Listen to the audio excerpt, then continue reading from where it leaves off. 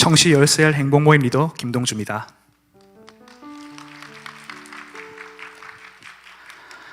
(2021년) 처음으로 제자대학 2학기 양육을 받았을 때 강의 시작 전 목사님께서 여러분들이 이번 양육을 통해 원하는 것을 붙잡고 기도하고 시작합시다 라고 말씀하셨습니다.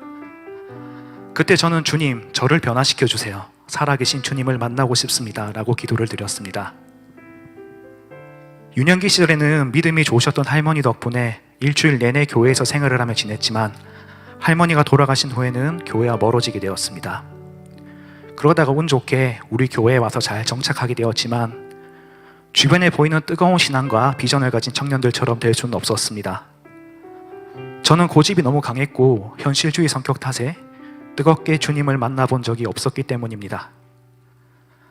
그래서 제자대학 2학기 시작할 때 저를 변화시켜 주세요. 살아계신 주님을 만나고 싶습니다 라는 기도를 드리면서도 그 당시 마음속으로는 확신이 없었습니다. 양육이 시작되고 4주차쯤 되었을 때 저에게 큰 사건이 하나 생겼는데 갑작스럽게 야다리 발치팀을 맡게 되는 일이 생긴 것입니다. 얼떨결에 팀을 맡게 되었고 거절할 수도 없던 상황이었기에 혼자 집에서 무릎 꿇고 눈물을 흘리며 기도드렸습니다. 기도 후에 주신 마음은 이제 주님께서 확실히 내 삶에 개입하시는구나, 기존에 나는 없어질 때가 되었구나 라는 마음을 주셨습니다. 저는 부족하면 만들어 쓰신다는 말씀을 붙잡고 사역을 감당하기 시작했습니다. 처음 팀을 맡게 되고 놀라운 일들이 많이 있었습니다. 이미 잘 훈련되어 있던 팀원들은 각자의 자리에서 기다렸다는 듯 훌륭하게 사역을 잘 감당해 주었습니다. 찬양의 은사가 있는 청년이 우리 교회에 전도되어 오고 그 외에도 흩어져 있던 인원들이 교회로 동시에 돌아와 순식간에 인원이 채워졌습니다. 주님께서는 일꾼들을 직접 한 사람 한 사람 붙여주시고 세워주시고 사역에 막힘없이 해주셨습니다. 저는 넉넉고 주님의 일하심을 두 눈으로 직접 보고 경험하게 되었음을 고백합니다. 물론 사역하면서 아무런 공격이 없었던 것은 아니었습니다. 과연 나 같은 사람이 리더가 돼도 될까? 훨씬 더 자격이 될 만한 사람들이 많이 있는데 굳이 왜 내가 리더를 맡게 되었을까? 다른 사람들도 그렇게 생각할 텐데 라는 생각이 들 때마다 마음이 많이 눌리고 힘들었습니다. 그때 우연히 읽게 되었던 성경 구절이 있습니다. 출애굽기 4장 10절에서 12절 말씀 중에 모세가 여호와께 아뢰되 오 주여, 나는 본래 말을 잘 하지 못하는 자니이다. 주께서 주의 종에게 명령하신 후에도 역시 그러하니 나는 입이 뻣뻣하고 혀가 둔한 자니이다. 여호와께서 그에게 이르시되 누가 사람의 입을 지었느냐? 누가 말 못하는 자나 못 듣는 자나 눈 밝은 자나 맹인이 되게 하였느냐? 나 여호와가 아니냐? 이제 가라. 내가 네 입과 함께 있어 할 말을 가르치리라 라는 말씀을 주시면서 저에게 많은 위로를 주셨습니다. 이 말씀을 읽은 후에는 저는 스스로 자질을 의심하거나 평가하지 않게 되었습니다. 최근 양육을 받으면서 지난 일들을 되돌아보는 시간을 가지며 우리 교회로 인도해 주신 주님께 감사함을 고백했습니다. 제가 우리 교회에 다니지 않았더라면 지금의 모습으로 교회를 다니고 있지 않았을 것 같습니다.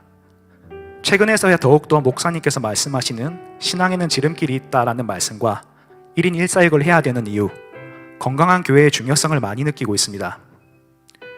이전까지는 양육을 받을 때 설교 말씀 때만 들었던 내용들이라 직접 와닿는 느낌이 부족했지만 이제는 가슴으로 깨닫고 제 입술로 고백할 수 있게 되었습니다.